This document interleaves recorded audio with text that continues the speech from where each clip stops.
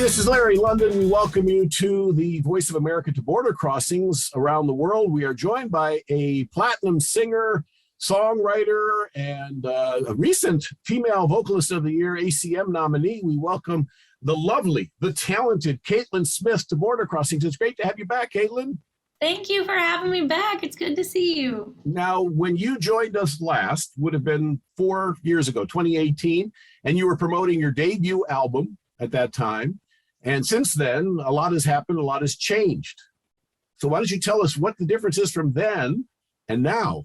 Wow, so much has changed. I released another album in 2020 on March 13th of 2020, which was an inopportune time to release new music.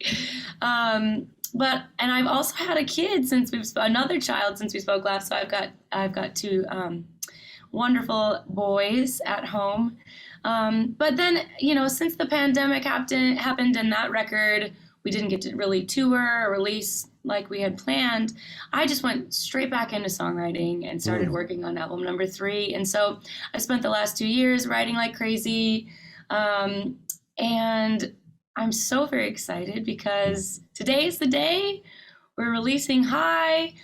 This one is extra special because I did spend the last year in the studio producing it myself, which was, a new adventure for me. I'm used to being vulnerable in the writing space, used to being vulnerable and just in the performing space, but production is, you're in charge of the whole sonic landscape. And so it's definitely been a fun adventure, very busy, lots of touring, and doing a lot of celebrating today. Wow. Well, you mentioned a lot of stuff. You mentioned your children. You have Thomas and Lewis. Yes. And I think recently, not too long ago, you marked 12 years of marriage to Raleigh, your husband. Yes. You've taken on so many different challenges in the last couple of years, having another child, having a new, child, two boys at home. That's a handful. And then writing this album during a pandemic, or putting this album together during a pandemic. I understand this album kind of has a message that was inspired by your challenges with COVID. Yeah, definitely. I think you can hear it all over, and I think that's due to once the shutdown kind of happened. My husband and I have lived in Nashville for a very long time, but we're both from Minnesota, and we've always really had a dream to move home, be closer to family, let our kids grow up with their cousins. And so we decided, a few months into lockdown, we're like, what are we doing? Like, this is what we want. Let's just go for it. And so we packed up the family and we moved back to Minnesota. And in that action, which is a pretty big life change, but I found so much peace. It felt so good to slow down, to just go to building a garden and having family dinners. And I think my music changed throughout that. I think you can hear in the record this lightness, this kind of free, refreshing feeling throughout it. And a lot of the songs, even the content, I talk a little bit about my marriage and the highs and the lows and everything in between, really. And so, I really wouldn't have written a record like this had we not been forced to really slow down the last few years. So it's amazing that you'd go back to Minnesota after moving to Nashville. It's cold in Minnesota. Oh, it is. Ooh, I was reminded in the winter that it may not have been the best decision. No, it is very, very cold, and you just get a real good parka and deal with it. Now, your husband's a songwriter. Have you worked with him? Yes. Before? Yeah. We write every once in a while, but he also plays in my band as well. So we are sharing a lot of different parts of our lives together. But every once in a while, we come up with an idea and grab a bottle of wine and make something up. And so, he's got songs on my last few records. And the second half of this album, which I'm releasing later, which will be High and Low, we've got a song on there as well, which I love. And so, he's my muse, but also my co-writer as well. How do you make that work? He's in your band, he's a co-writer, and he's your husband. I mean, you guys are around each other a lot. So what's the secret? The secret is just really get a great therapist that but honestly, we really do love each other, and really just finding the time to make sure we give each other the space that we need. And I mean, it's a continual like, yeah, continual like check in every week of like, how are we doing? But I mean, we love each other, so Mhm. it's not a problem. Well, songwriting is something that you've done for a long time. I think probably you became better known as a songwriter initially before you started singing and releasing music. And you wrote songs that wouldn't be considered country songs. You wrote for pop stars like Meghan Trainor and John Legend, and you had big hits and big success. Miley Cyrus, you had success with them. And you then transitioned or wrote also for Rascal Flatts and Dolly Parton. So is there a difference in the songwriting that you would write for, somebody like Meghan Trainor and somebody like Rascal Flatts? What's the difference? Yeah, I think there's a little difference in how you approach melody, but I mean, I moved to Nashville over a decade ago, and I wanted to be rooted in really the Nashville School of Songwriting, which is really just getting to the guts and the truth and the honesty, and then how you wrap it up is really just whether it's pop or whether it's country, I think really can lay in production. Because at the end of the day, a good song is a good song. And if you've told the truth, you've done your job. But sometimes there's a little bit of a different switch. If I'm writing with a pop artist, we're definitely going to focus more on more pop melodies. And country, you can just kind of go tell the truth, and you can get away with a lot of more stuff too. So right, yeah, there is obviously a difference, and people believe or would say that country music is kind of sad about heartbreak and things like that, but there's a lot of fun songs in country too. There's a lot of happy stuff. Absolutely. And you're a great songwriter, now an award-winning songwriter. Was it always country music in your heart? Did you always believe growing up? Because I don't think of Minnesota as the mecca of country music, but you never know. I mean, it might be. So That's growing so up, funny. we always... I mean, I grew up on country music. My first record that really just made me excited and want to do music was Alison Krauss, Now That I Found You. And so I'm a country girl at heart. I grew up in a small town, and I think people forget, like, small towns aren't just in the South, like, and country folks just aren't in the South, We have bonfires out in the country and drink beer just the same as the rest of the country, but we just maybe wear our parkas. But Minneapolis really has a rich music scene. I mean, it's famous for Bob Dylan and Prince. And so, I mean, I feel like growing up listening to country music, you can hear it influenced in mine, but I also feel that you can get, the songwriting influence of Bob Dylan. I listened to a ton of him and Prince as well. And so, yeah, Minneapolis is a special place, man. It's pretty great. Now we're talking with Caitlyn Smith. High is the name of the new album. Any surprises on the new album? Have you collaborated with anybody? No collaborations on this. I think the biggest surprise on this was that I decided to produce it myself, and it was something that I've always wanted to do. And it's exciting because I got to make it sound how I wanted it to. And so there's a fiddle in there, which feels really, really good. And I feel like it's a little more country than what I've put out before, which I'm really proud of. Now that is a thing when you give control to somebody else, like a producer. These are your songs and you're telling your story, and they sometimes change. I want this a little happier and this a little different and more bass or more whatever. And you say, that's not how I envisioned it. Right. So this has to feel rewarding to be able to have complete control. And I'm no stranger to the studio. I've been making records since I was 15 years old, and I know the process, I know the drill, and I being up in Minnesota and writing songs for this record the last year, I was doing a lot of my own demos and just thought, man, what would happen if you just went in and did it yourself? And I mean, the crazy thing is there aren't a ton of female producers, and so I don't have a lot, like I could count on one hand, like the females that I really look up to that do produce their own music. And so it was something that was a little scary to do, but the cool thing is I had a really supportive community that encouraged me to take a chance on myself. And that's really the greatest lesson I learned through the process. Not just how to make records, but how to decide that, man, I'm going to take a risk on myself. And whatever happens, man, it's going to be a great ride.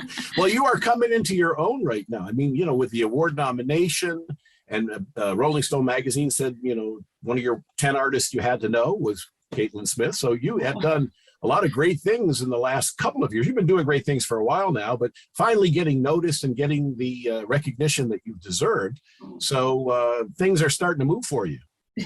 Yeah, it feels really exciting. I laugh and say I've been on the long and winding road since I moved to Nashville. But honestly, I wouldn't trade it for the world. You know, the whole journey of writing for other people has really got me to a place to know what I want to say as an artist. Mm-hmm. And man, it's been a really, really fun ride. And so it feels really, really exciting to finally have all of these really cool things that I had hoped maybe would happen someday, and these dreams I've had finally come true. So I feel very, very grateful. Is there a song you wrote and gave away that you wish you hadn't? You wish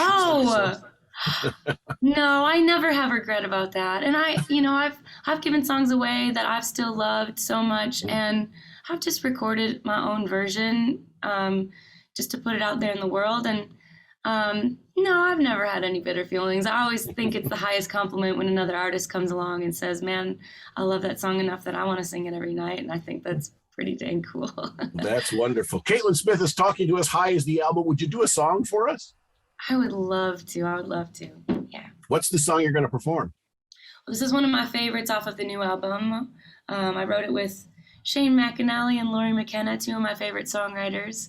And, this song was kind of birthed out of the time of the pandemic where we were all really isolated, and my husband and I had planned on being on the road all year promoting this album, and all that stuff just went away, and it was really sad and hard for us. We were very lonely, and so our wonderful counselor, he encouraged us to just, still continue to dream together. It's something that brings us together. And so I remember taking lots of walks, my husband and I and our two kids, and just kind of going to that place of like dreams and hope in a time that was kind of dark and sad. And I thought maybe this is a really good song idea. And so this is for all the dreamers out there. It's called Dreaming's Free.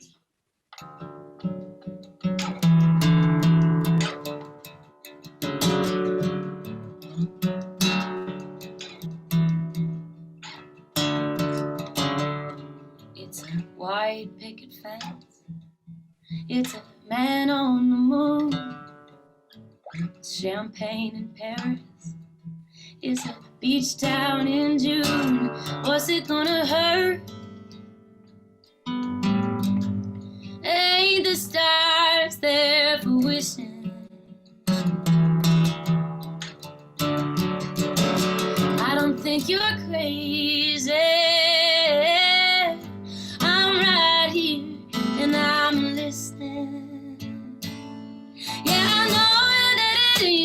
Easy, ain't got a lot of hurting, but we sure got bees up to our knees in the weeds and the trouble. This money don't go on trees. We can run, but wherever we go, even the freeway gonna take its toll on you and me.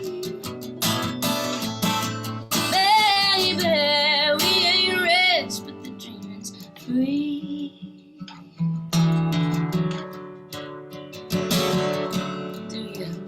Sail the ocean or move to Yellowstone. I can be your muse if you wanna be Van Gogh.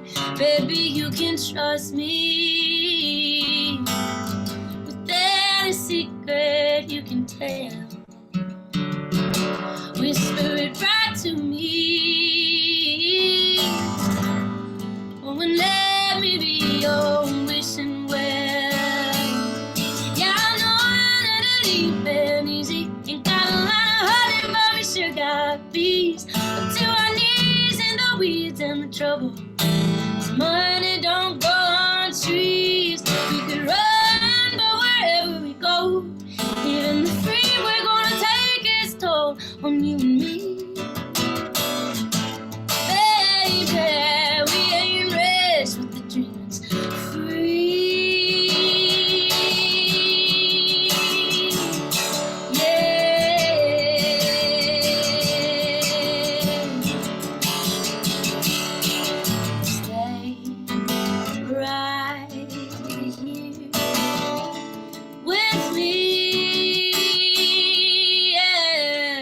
close your eyes. What's it gonna be? Yeah, I know it ain't been easy. Got a lot of honey, we sure got bees. To our knees in the weeds and the trouble. Money don't go on streets. We could run, but wherever we go, even the freeway gonna take its toll on you and me. Baby, we ain't rich, but the dream is free. Yeah.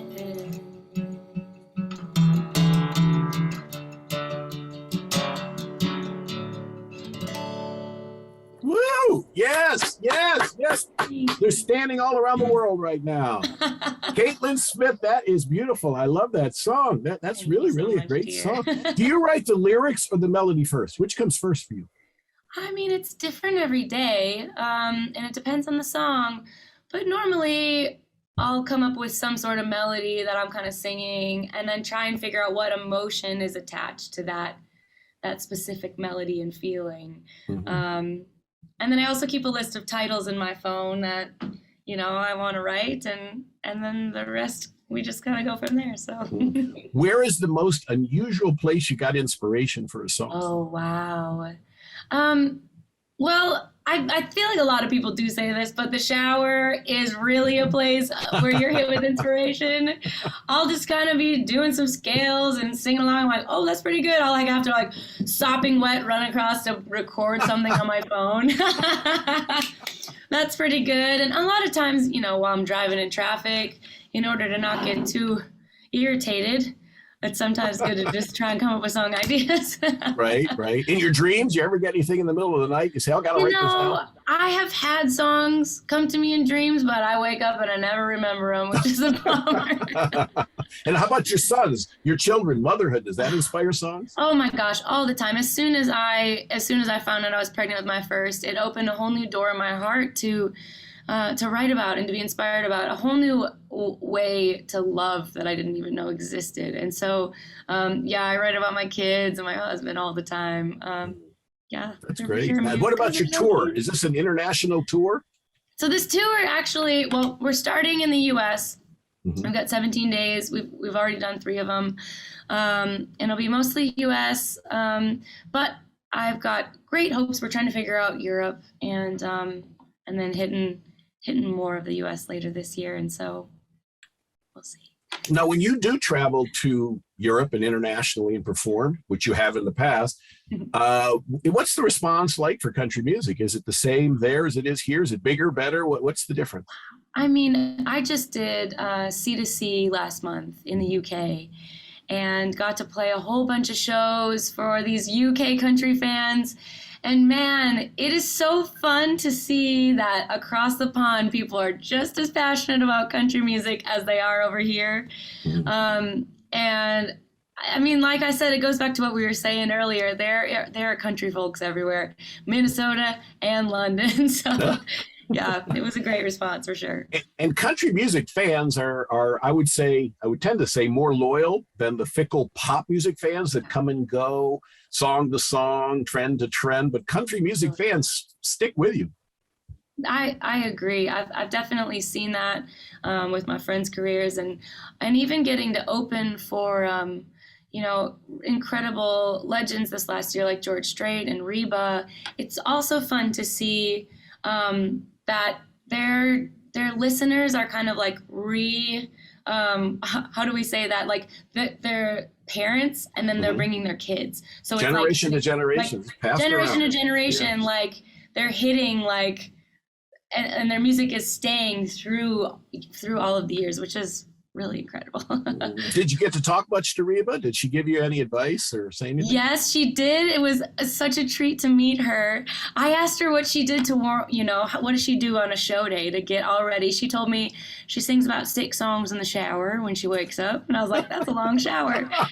And then she gave me this great, this throat lozenge that helps get rid of your dry mouth. She says, well, Tom Jones told Bette Midler, and Bette Midler told me, now I'm telling you. And she goes, you got to have these at every show. Oh, she is great. So she was given lots of advice, and I ate it all up, man. She's a legend. Does Caitlyn Smith fans have a name? Is there anything they go by? Oh, we haven't named them yet. So it's still up for... Still up for grabs, huh? Yeah, grabs. I'm not sure. What would you suggest? Do you have any thoughts in mind? Have you No, talked to Raleigh? I've thought about this. I mean, I'm like, what rhymes with Kate? Great? Kate's great? I don't know. Is that so cheesy? I think so. I think No. I love it. I love it. That's fantastic. So the album is High. Tell me about your favorite songs on the new album. Oh, man. Well, it's hard to pick one because, they're all your song babies. Yep. But I feel really, really excited. Well, Dreaming's Free. Yes, the new one. Yep. The new one, which is great. I love Downtown Baby because it makes me dance. It makes me want to have a good time. And I Don't Like the World Without You, which closes out this project. I wrote it about, going on the road and not being able to bring my kids and my family, because sometimes I have to just go do stuff solo, and how, it's fun because you're at work, but everything kind of feels a little bit sepia toned, a little bit black and white when I'm without them. And so that's definitely one of my favorite tracks. And also Maybe in Another Life's pretty devastating. So if you're looking for a heartbreaker. Yeah, that's the one. Well, the industry sure has changed, over the years, because you're very young, and, you're in the stage now where the streaming has been probably there your whole life, with the people to get, since Apple and started this whole thing. You could buy a song, you could, so the selling of albums is harder and harder than it used to be. And the industry has made it so it's easier to get songs, but that affects artists, because if people buy one song on your album and they don't buy the whole album, obviously that impacts things. Right, totally. And well, I did grow up in a time, I grew up on cassette tapes and having the actual CD. Did? No, you don't know what a cassette tape is. Come on. I know what a cassette tape is. I used to sit in front of my boombox and flip them back and forth and read the lyrics. And, so I grew up consuming albums like that, where you'd really spend time with it and it becomes such a part of your life. But really, the way we consume music has changed so much. Mm-hmm. And it's good and it's bad. I mean, I now have shifted in the way a little bit how I consume things.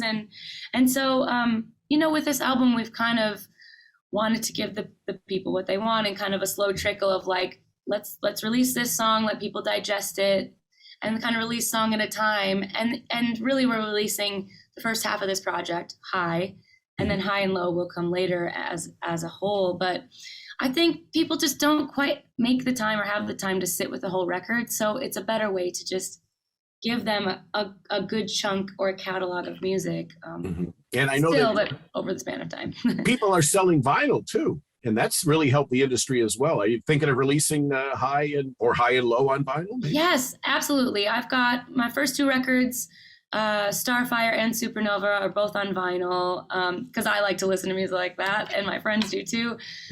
So yeah, I fully intend to put High and Low out in vinyl. That's fantastic. Wow, what a pleasure to meet you and to see you again, to have you on again.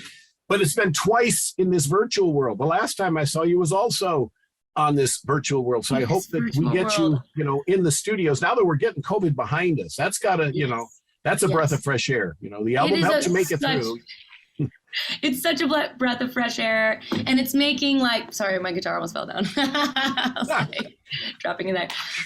It's making everything, now that we're open up, shows are so much more exciting, and so, I feel like folks have been not going to shows for so long that finally, when we all get in a room together, you can just feel this incredible energy. And so it's making this tour a heck of a lot of fun.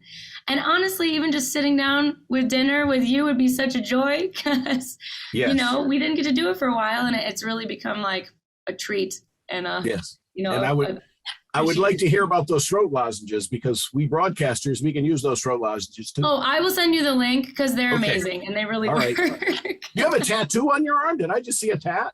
Yes, I do. Tell me about that. Okay, I got this when I was an 18-year-old as a reminder not to worry, and then I got these two little birds for my sons, which is so nice. Wow. Wow, So bless your heart. Wow, wow, wow, wow, wow. We're talking with Caitlyn Smith, and what a pleasure it is to have you on the show. And I know you're just getting started. You know, I mean, even though it's been a few years and a few albums, and you've been nominated for some of the biggest awards, and this is just the beginning for you. I know we're going to hear your name for years and years and years to come. You are so pleasant to talk to. What a honest, sincere person, and your music is great. And you know, really enjoy meeting you and having you on the show. thank you so much for making the time to chat and listening to the record. I really, really appreciate it. So next time we'll be in person. It'll be lovely. Yes, that would be great. I want to come and see one of your shows because I know country music, not a party. That's a festival. That country shows are a party. They are a party, and that's, I mean, I've been loving it at my shows. Like, I mean, it's the high and low tour, and I tell people, hey, we're going high, we're going low, we're feeling all the feelings tonight. So you got to bring your dancing shoes, also your tissues. I like to give people the whole scope of the human experience. That's great. Where can people hear more about you? The website, your website. I know we can get the album on Spotify and Amazon and wherever you buy music, but how about if people want to get your tour dates or they want to read what's going on in your life? Definitely. You can visit CaitlinSmith.com for all of the info with tour dates. I've got new merchandise around this record, which I think is pretty cool. And also on social media, Instagram, Facebook, all of that good stuff. So come find me on there.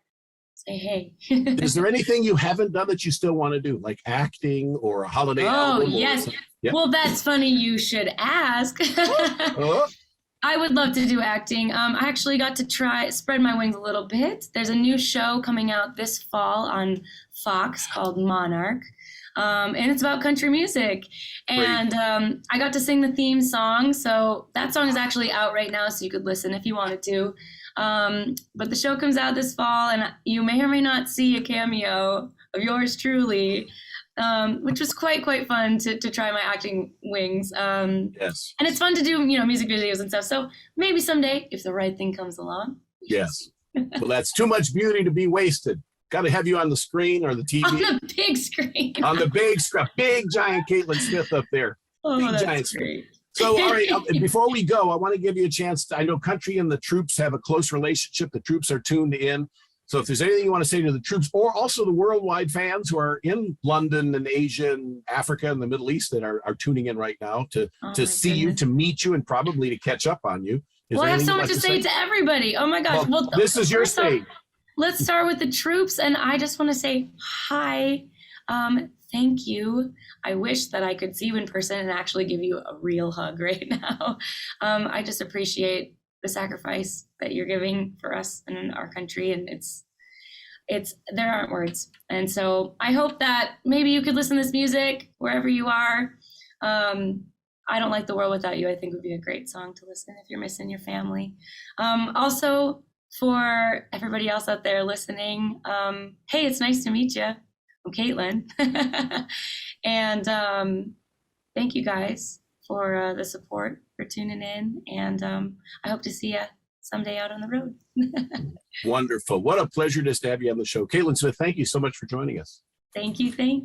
Appreciate you. The album is called Hi. It's Caitlyn Smith, and this is Border Crossings on VOA TV.